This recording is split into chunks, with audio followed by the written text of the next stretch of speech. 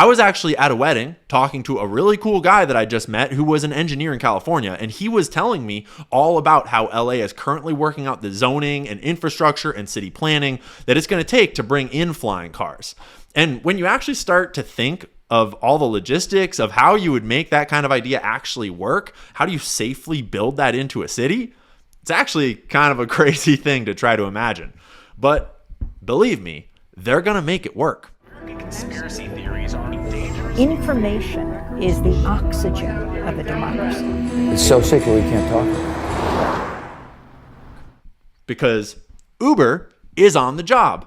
And in the not so distant future, you'll be able to get a flying Uber across LA or Dallas, or I was also told that Austin is preparing for it, but I cannot confirm that yet. Who knows? It'll probably just be everywhere soon enough.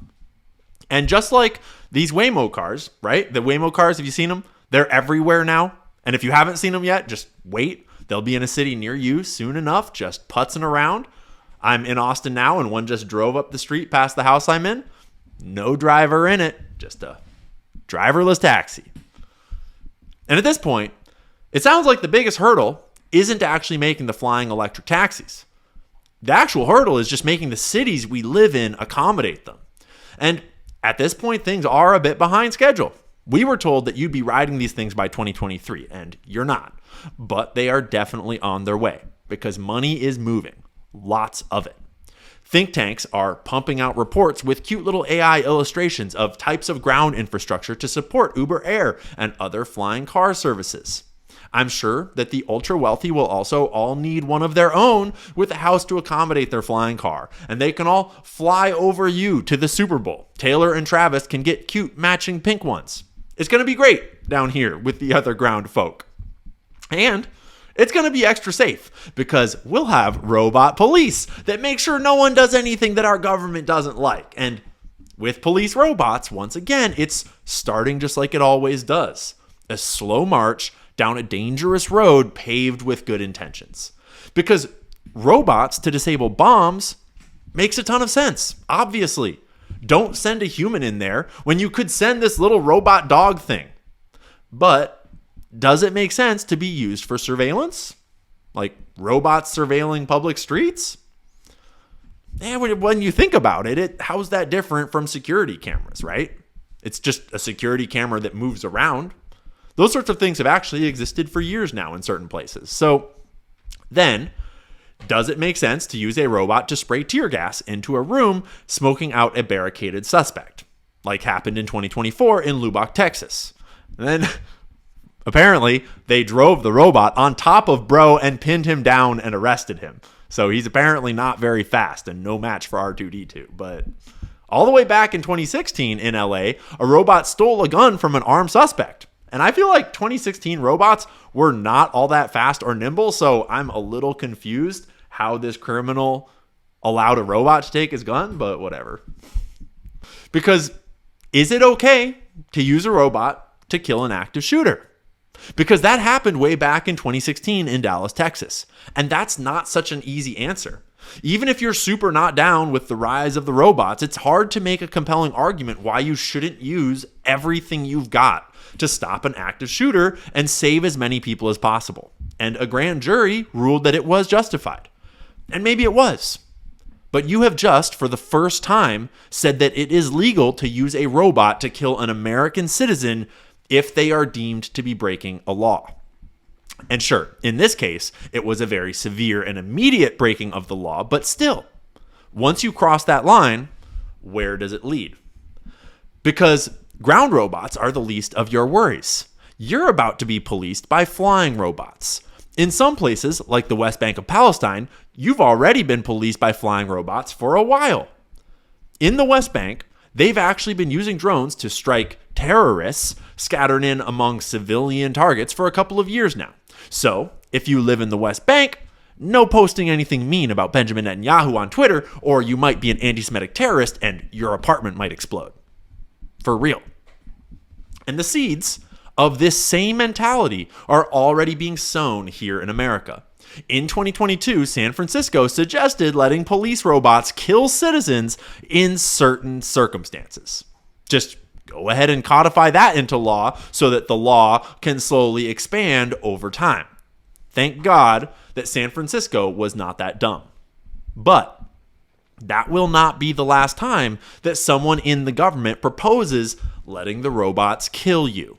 But anyways, drones.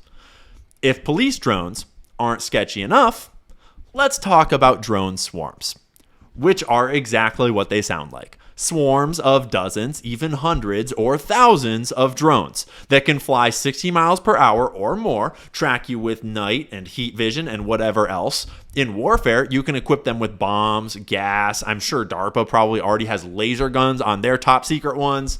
If you're not familiar with DARPA, they are the government agency responsible for researching how to fight war in 10 or even 20 years in the future. The Defense Advanced Research Projects Agency. Kind of a mouthful. It was founded during the Cold War, mostly surrounding the nuclear scientists of the Manhattan Program and blossoming into all sorts of absolutely psychotic nuclear experiments and tests. Back then, it was just ARPA, but somewhere along the lines of inventing planet-killer nukes and spraying chemical weapons on civilians in Vietnam, they decided that they wanted to sound less offensive, so they tacked the word defense on there, just to make sure you know that they're the good guys. Annie Jacobson wrote the book on DARPA, and it's wild. I'm halfway through it right now, and she is awesome at going out and getting just insane primary sources. And like in this book, over 100 interviews with the main players in the story. And then she tells it like the story that it is. So it's really entertaining to read. I also recommend getting that on bookshop.org. Again, not sponsored. I just, don't want you supporting Amazon whenever you don't need to. So, DARPA is working on swarm technology, on teaching hundreds of little drones to all fly as one giant mass of death to be doled out upon our enemies. And while I was snooping around DARPA's current website, I discovered the list of public programs that they are currently working on. And let's just say there's a lot of them. There's 261 of them, actually, to be exact. But those are just the ones that they tell us about. It is no secret that DARPA keeps secrets. That is basically their entire job, to work on top secret classified military science experiments. And DARPA's got their work cut out for them, keeping up with China's drone technology, it would seem, because China loves showing off their drone swarms with these giant light show displays that they publish on the internet and get Guinness World Records for doing. This is 10,000. I'm actually going to mute this video because I'm pretty sure that they've got some copyright and sounds in it. So there's this whole trend that China loves to participate in where private companies, state-run companies, what's the difference, right? They launch these thousands of drones, and they all fly in synchrony to make these elaborate art displays all over the skies above big cities in China. This happens other places in the world too. We got them here. We got them everywhere. All companies are developing these things. But the ones in China are super big. You should look them up on YouTube if you want to see. All those little lights are individual drones all flying in synchrony, right? Sure, it's really pretty. But all the military superpowers around the world are not pouring billions of dollars into drone swarm technology to put on light shows. They're training them for warfare. These drones are flying through a forest autonomously with no map or foreknowledge of the terrain. Just a bunch of flying robots making on-the-fly decisions, so to speak. So this video shows you their mapping technology down here in the left, where they are learning about their environment as they fly. They're flying in synchrony, communicating with, I think, each other and with their own navigation systems and their own sensors. The video points out how difficult this task actually is for a flying robot with no one controlling it. And let's just say they're not doing bad. What I want to do, though, is I want to show you another video about the same experiment, about the same test and project, but in this video, they speed up the footage. And this technology is developing fast, and because they speed up the footage, it really makes it easier to give you a sense of how these things are going to move through terrain in about a year or two. And just think about how much ground they can cover. imagine trying to get away from them. Imagine hearing that buzzing in the distance if they were hunting you. And I mean, it doesn't help when they literally put the word target in the viewfinder and show you how good it all is at tracking you. And I mean, it is awesome for filmmakers, right? Like, I can buy a drone that will just follow me and be my personal filmer. That's cool. It's not so cool if you piss off the government and then they're swarming after you to kill you. But hey, don't you think crime's going to go down when there's just swarms of AI police robots ready to come tase you and gas you and maybe even shoot you? So what happens when drones are made so small that you can barely see them? Imagine these little things in a swarm. Imagine little mechanical insects swarming all around you or surveilling you. Would you even know the difference between a fly and a drone? I mean, what happens when DARPA puts a little poison syringe on the nose of a mechanized mosquito? And the next thing you know, everyone that says mean things about the Clintons just starts dropping dead mysteriously. If you've not already thought about all the potential horrors of drones the size of insects and what that might do to the world, you're welcome. Good luck sleeping tonight. We could go on and on. Robots and drones and flying cars. There are all sorts of crazy technologies on their way in this decade and the next. And the backbone of all of it is AI. All of these machines only work because they have learned to think. And we've all watched it progress. We all saw AI learn to make puppy pictures and then learn to make the dogs cook dinner. And then, finally, at this point, most people can't actually tell the difference between good AI images and real life. Like, for example, did you know that this is not Lynn Riles? Could you tell at the start of this video when I showed you this picture that it was AI, or did you just not pay attention and believe it? Were you fooled? I'm sure some of you weren't, but I bet a lot of you didn't even look at it. There's a whole industry now of AI influencers already well in effect. There's even a whole genre of YouTube content there to teach you how to make money by creating your own AI influencers. I don't even know how to approach talking about what this obviously does to young girls' self-image and worldview, and I don't want to know what it does to the corn industry, because you'd better believe with the state of AI video these days that people are going to use it for what they always seem to use everything for. But in the meantime, while we wait for the world to end, we get funny content like this time-traveling interview with ancient Romans to watch. What do you take before stepping into the arena? This pre-fight ritual is brought to you by SPQR Supplements. Use code STABBY20 for 20% off your next order. What do you say to people who claim Rome is collapsing? Fake news. The vibes are immaculate. Do you ever give to the poor? I gave my slave a compliment once. She cried. You're welcome.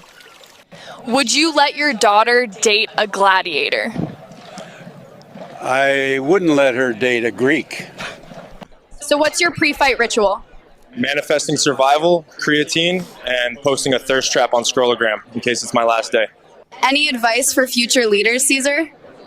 Be humble, but also name a whole month after yourself.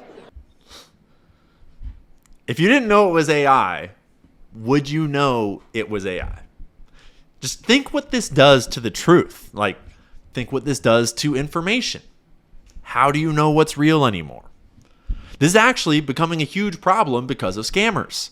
These days, it's possible to identically clone anyone's voice and use it. I've got a bot that we considered building into the Buyer app that sounds just like me. They are not hard to make. Took me 5 minutes. If you haven't already spoken to your parents and grandparents about this, you need to. Because what scammers will do is they recreate your voice and call your mom freaking out. Like, Mom, I just got into a car accident. I'm in so much trouble and I've lost my license, and the officer, he needs you to read my license information to him. And I'm just real. It's your daughter or your granddaughter and she's crying, and you read her whatever personal information she asks for, and bam. It can happen a million ways, but often it's some sort of emergency and they get you all worked up and distracted and they need some personal information urgently. The solution, though, is, do you see what it, right? Let's just make sure you get it, that was a scammer with an AI voice and they got you to give personal information, maybe banking details or something, right? to get your daughter out of a pickle? The solution is actually really simple, but it's a habit that you need to learn to form. And you need to teach your parents, and especially your grandparents, and every elder person in your life, because they are the primary targets of these scams. Before you ever give personal information to a loved one or to any voice that called you over the phone, ask them something only they would know. It doesn't have to be complicated. It's not like you have to have some secret password. Just, where did we go for lunch last weekend when I saw you? What's your puppy's name? Whatever. Who was your third grade teacher? Whatever it is. Anything that some random AI voice coming from Nigeria wouldn't just know off the top of its head. It sounds weird, but you do have to do ID verification with your loved ones before you give them sensitive information over the phone. And soon, that will also be true over video. There are also a whole bunch of crypto scams running on YouTube these days with AI videos of Elon Musk or Joe Rogan or some other celebrity doing some made-up event where they're promoting some new crypto coin or product or Lord knows what. This is all, not to mention, all the wild biological programs that DARPA's sister program, ARPA-H, is working on. Things like personalized, regenerative, immunocompetent nanotechnology tissue and engineering of immune cells inside the body. There are lots of them, these projects I mean. But what's concerning is who's at the helm of this ship. Because being able to regenerate ourselves and having flying cars and watch college kids interview sassy Roman emperors is cool and all, but the people at the forefront of this technology are demons. On the literal first day of Trump's presidency, he wheeled out Larry Ellison, Sam Altman, and Matayoshi-san to tout his new Project Stargate. Larry tried to sell us on the idea by pitching how they could have AI powerful enough to invent custom AI-devised mRNA vaccines for everyone. Because the last mRNA vaccine worked out so well, let's just start making thousands of new ones and not testing them and just giving them out. I'm sure that that'll go great. That's not to mention Sam Altman's sister loudly accusing him of stuff all throughout her childhood, and his AI product, OpenAI, spending years pretending that she didn't exist until Twitter picked up on the story and called it out, and now at least she exists. It's worth noting, too, how many of these guys had connections to Jeffrey Epstein of varying degrees of closeness, none of which have been so much as touched by law enforcement, or most of the media. The Trump DOJ actually just came out and officially announced the other day that Jeffrey Epstein had no client list and he wasn't trafficking girls, and there's no evidence he did any blackmailing. So get wrecked, you filthy peasant. The world works for them. But aside from that, Conspiracy theories are dangerous. Information is the oxygen of a democracy. With Republicans, with progressives, with libertarians, because this is not about right and left, this is about right and wrong. It's so sacred we can't talk about it. Our security is at stake.